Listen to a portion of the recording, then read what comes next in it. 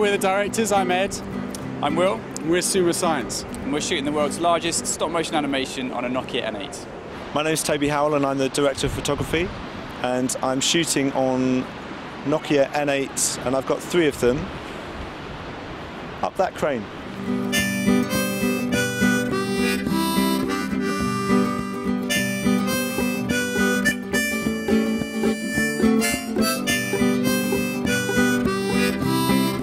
So after shooting the world's smallest stop-motion film, our brief was to shoot the world's largest stop-motion film. So the story is man catches fish, man becomes bait for bigger fish, man gets swallowed by bigger fish, man accidentally sets off chain reaction and gets spat out of bigger fish.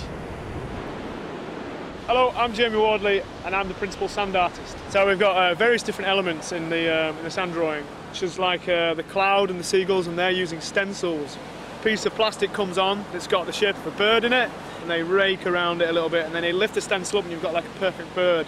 And then with the sea, there's like the centre line, it's got 2 lines either side of it, and then we literally just draw in between. But for every frame the sea has to move, so we rub out the line, then we redraw it. Hiya, I'm Todd, I'm the pixelation artist. In this I play the fisherman. The pixelation artist is a human puppet, essentially. We could have used a puppet inside our costume, but it's much easier having naturalistic human joints, and we just get in there and basically move them as if they're a puppet. That over the course of the next 16 hours, we'll do about 20 seconds of actual screen time. With all these bodies here all scurrying around, the time-lapse cameras will show this amazingly as the whole thing develops. It's like a sort of amoeba that stretches and closes, and each time it moves away, just a little bit has changed.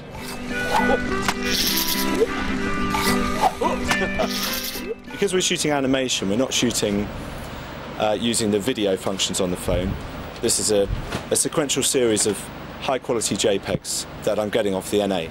We can deliver beyond HD from those stills, and obviously put them together in a line and play it back at 25 frames per second, and you get the illusion of movement. My name's Merlin and I'm animating the fisherman. Normally I'm the creative director of Wallace and Gromit at Aardman. After years of animating in a dark studio, the chance to come out and try and do something out in the open, it was just something I couldn't say no to. It's the first job that we've had that we've had such a huge team on.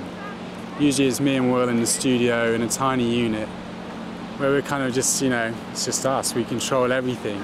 My job has been to make it happen. We're obviously used to shooting indoors in a dark studio for 3 weeks, so to shoot for 5 days on a beach is completely different and needs a complete rethink for kit and crew.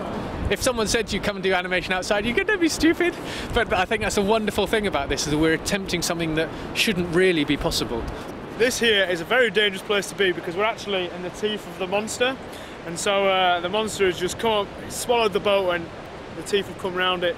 So the darker areas here are where the gaps in between the teeth are, and then the lighter areas are where the teeth are as well. But just to give it a little bit of shading, we've got this kind of like light raking on the left side. We've just got it, as you can see, we've just got the shot just before the sea came in.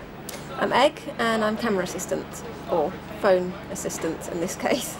We've got 3 phones rigged up in a cherry picker behind us, and I'm controlling them down in the van and capturing the images. I'm using a Bluetooth keyboard to control the camera. I've also got a video feed to 3 monitors here, 1 for each camera, so I can view what I'm shooting and what they're looking at. We were lucky enough to get a selection of some great animation graduates from across the country, came down to help us out, and they've done some fantastic stuff. I think they've got some great experience being on the shoot. Yeah. We couldn't have done it without them, so our thanks really goes out to those guys. So tonight is the internal shot where our fisherman gets swallowed by the monster. So we're basically lighting him from a whole series of lights suspended by cranes, creating the kind of internal space inside the stomach. But yeah, the sand drawing, doing it at night, it's something else. It's more difficult in many ways in that you can't really see things. But then lighting it, being able to control light is actually quite nice as well. It's 2:40 in the morning and we've shot 33 frames and we've got 17 to go. Okay guys, let's turn over please. Nice and slow on the floor, thank So some hours later than I last spoke to you, the darkness settled over the land and now the light is coming. Over there, the sun is rising, the moon's gone to bed, and very soon I'm going to be going to bed. But, we did it! Hooray! The fisherman has been blown out, and finally, I'm back to me.